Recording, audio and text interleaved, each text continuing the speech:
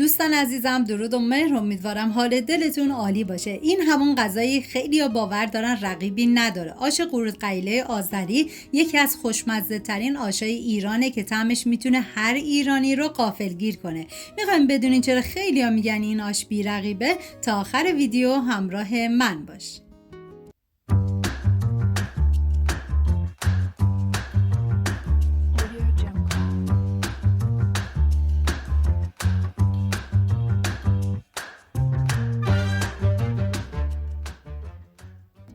120 گرم لوبیای چش بلبلی رو از شب قبل خیس کنید، بریزید داخل قابلمه و مقداری آب بهش اضافه کنید، زمان بدید تا کاملا بپزه. این آش برای 6 نفر در نظر گرفته شده. شما به اساس تعداد نفرات باید مواد کم یا زیاد کنید. اندازه‌های دقیقم داخل دیسکریپشن نوشتم.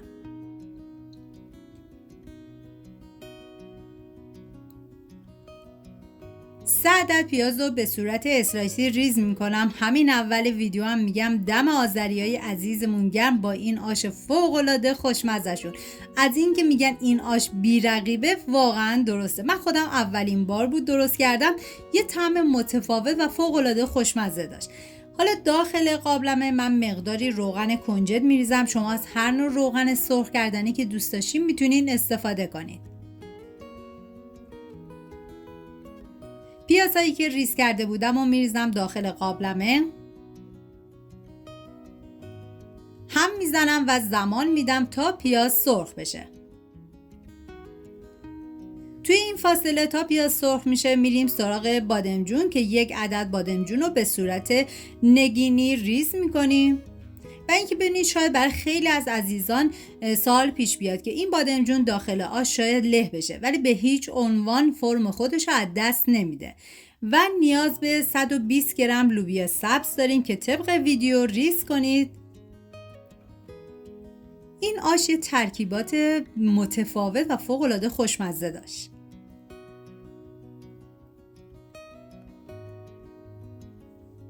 سه عدد گوجه فرنگی رو به صورت نگینی ریز کنید.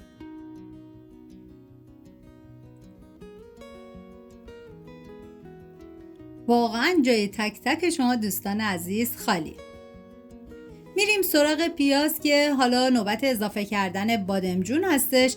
بادمجون رو بهش اضافه میکنم و هم میزنم و میذارم به مدت 2 دقیقه بادمجون تف بخوره.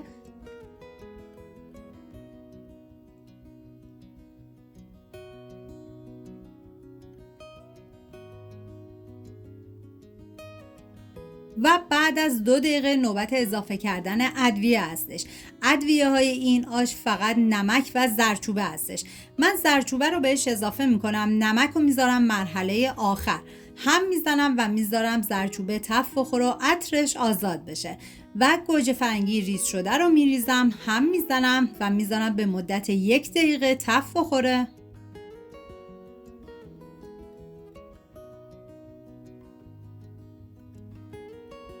لوبیا سبز رو میریزیم و دوباره هم میزنم.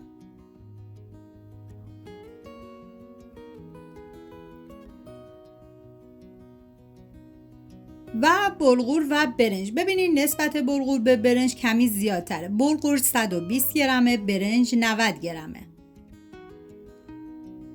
و اینکه توی دستور اصلی این غذا گوشت داشت. عزیزانی که دوست دارن میتونن بعد از اینکه پیازو تفت دادن گوشت رو بهش اضافه کنم، ولی من گوشت این غذا رو حذف کردم چون این غذا بدون گوشتم فوق العاده خوشمزه هستش. به جای گوشت از استاک استفاده کردم که بهش مقداری استاک گوشت اضافه میکنم، الباقی رو آب جوش. عزیزانی که وگان هستن میتونن استاک کلا حذف کنن و همش از آب جوش استفاده کنن. و اینکه در طی زمان پخت حتما چندین مرتبه هم بزنید چون این غذا بلغور و برنج داره، احتمال اینکه ته بگیره زیاده. من یه هم میزنم و دیگه بهش زمان میدم.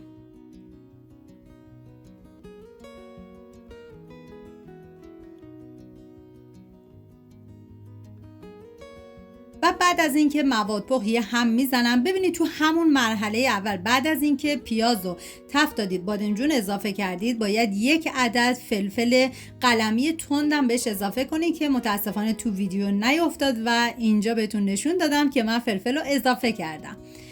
و بعد از اینکه مواد پخت، حالا لوبیا چشم بلبلی پخته شده رو میریزم، به مواد اضافه میکنم و هم میزنم.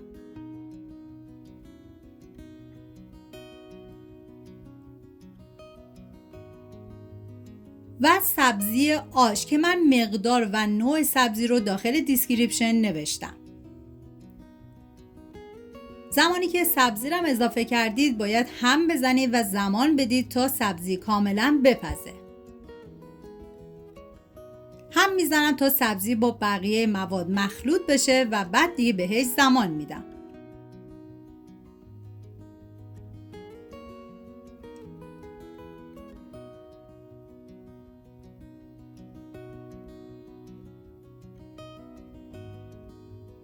توی این مرحله اگر دیدید که آشتون کمی سفت شده، 1 لیوان آب بهش اضافه کنید و هم بزنید. همون اول آب زیادی ما نباید اضافه کنید، در طی زمان پخت اگر دیدید سفته آب باید اضافه کنید.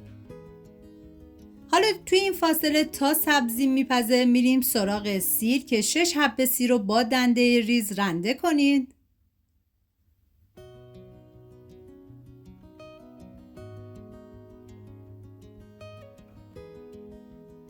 و 3 قاشق غذاخوری ماست،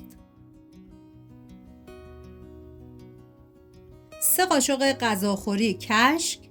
ببینید برای همینی که من تو مرحله اول نمک بهش اضافه نکردم، چون کشکی که استفاده میکنید احتمال اینکه شاید نمک داشته باشه زیاده. اول کشک رو اضافه میکنم، بعد تست میکنم، اگر دیدم نیاز به نمک داشت نمک رو بهش اضافه میکنم. هم میزنم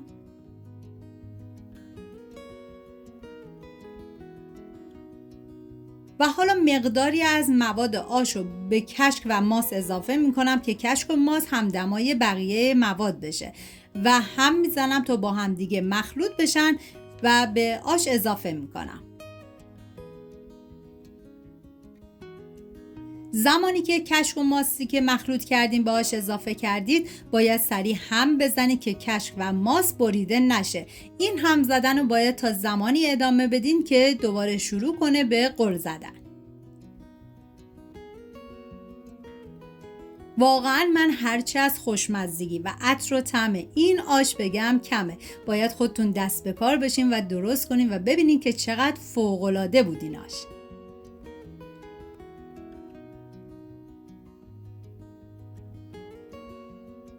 حالا سیر رنده شده رو بهش اضافه میکن. سیری که توی این مرحله باهاش اضافه میشه طعم این آش اصلا فوق‌العاده میکنه.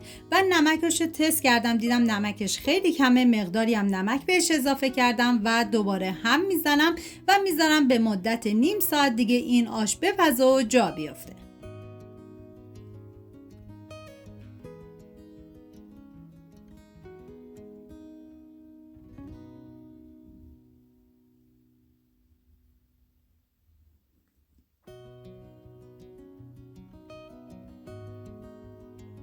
خب دوستان عزیزم، این هم از آش سنتی بی‌نظیر ما. امیدوارم شما هم درستش کنید و طعم فوق‌العاده‌اش لذت ببرید.